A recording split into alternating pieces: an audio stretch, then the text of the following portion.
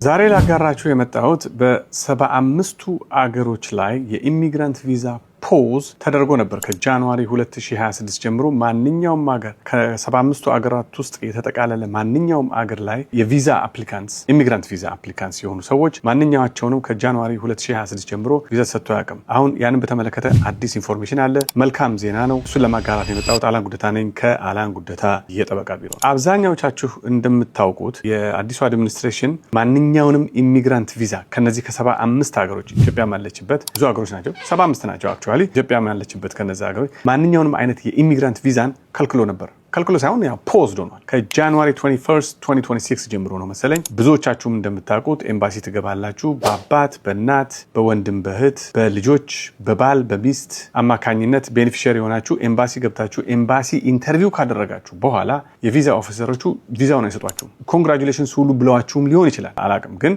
ብዙ ጊዜ ያው አዲስ ሬጉሌሽን አለ፣ ፖዝ ሆኗል፣ ቪዛውን አንሰጣችሁም፣ ጠብቁ፣ አዲስ መመሪያ ሲመጣልን ደውለን እናሳውቃችኋለን የተባላችሁ እጅግ በጣም ብዙ ሰዎች አላችሁ። ያን በተመለከተ የህግ ለውጥ የለም። ግን ባለፈው ጊዜ አንድ ብራዚልም ከ75ቱ ሀገር ውስጥ ተጠቃላለች የኢሚግራንት ቪዛ አፕላይ አድርጎ በዚህ በቪዛ ፖዝ ምክንያት እምቢ ስለተባለ መንግስትን ከሰሰ እና በጁላይ 31 2026 ላይ አሁን በቅርብ ማለት ነው ከሁለት ሳምንት በፊት በዩኤስ ዲስትሪክት ኮርት በዋሽንግተን ዲሲ የሚገኝ ዲስትሪክቱ የፌደራል ዲስትሪክት ኮርቱ ይህ ሰው እውነትም የከሰሰበት ምክንያት ትክክል ነው፣ እነዚህ ቪዛ ፖዝ እሱ ላይ አፕላይ መደረግ የለበትም፣ ስተት የሆነ አፕሊኬሽን ነው ማነው ህጉ ትክክል አይደለም በሚል ያ ሰው እንዲያሸንፍ አድርጎታል። ያ ማለት ምንድነው? የቪዛ ፖዙ ትክክል አይደለም ማለት ነው። አንፎርቹኔትሊ ይሄ ሩሊንግ የሚሰራው ለዛ ሰው ብቻ ነው። ሰውየው ቻሌንጅ ያደረገው ህጉን ምንድነው? እኔ የፐብሊክ ቻርጅ መሆን ሰው አይደለኝ፣ ብር አለኝ፣ ገንዘብ አለኝ፣ አሜሪካ መንግስት ላይ ጥገኛ የምሆንበት ምንም አይነት ማስረጃ የለም። ስለዚህ ይሄ ቪዛ ሊፈቀድልኝ ይገባል ነው። ምንም እንኳን ከ75ቱ አገራት ውስጥ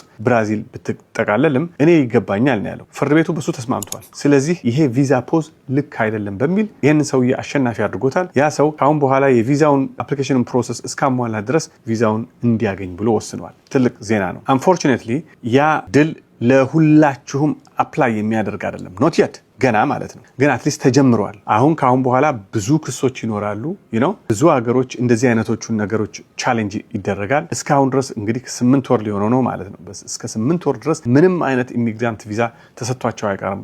ከነዚህ ከ75 ሀገር የመጡ ሰዎች ምንም አይነት የኢሚግራንት ቪዛ ተሰጥቷቸው አያውቅም። ካሁን በኋላ የፍርድ ቤት ጭቅጭቁና ሙግቱ እየጨመረ ነው የሚሄደው። ትንሽም ቢሆን ኮፕ አለ ማለት ነው። ተጀምሯል አሁን። ስለዚህ ወደፊት በሚቀጥሉት ሳምንታት ወራት ውስጥ አዲስ ነገር ኤክስፔክት እናደርጋለን። ጥሩ ነገር ነው። አሁን የሆነው ነገር ጥሩ ጅምር ነው። ያ ነገር አብዛኛውን በአገር ቤትም ያላችሁ ቪዛ ኢንተርቪው ተደርጋችሁ እየጠበቃችሁ ያላችሁ ሰዎች እንዳላችሁ በጣም አውቃለሁኝ። አትሊስት ይሄ ነገር ትንሽም ቢሆን ጭላንጭል የሚያሳይ ጥሩ ዜና ነው። መረጃው ይጠቅማችኋል።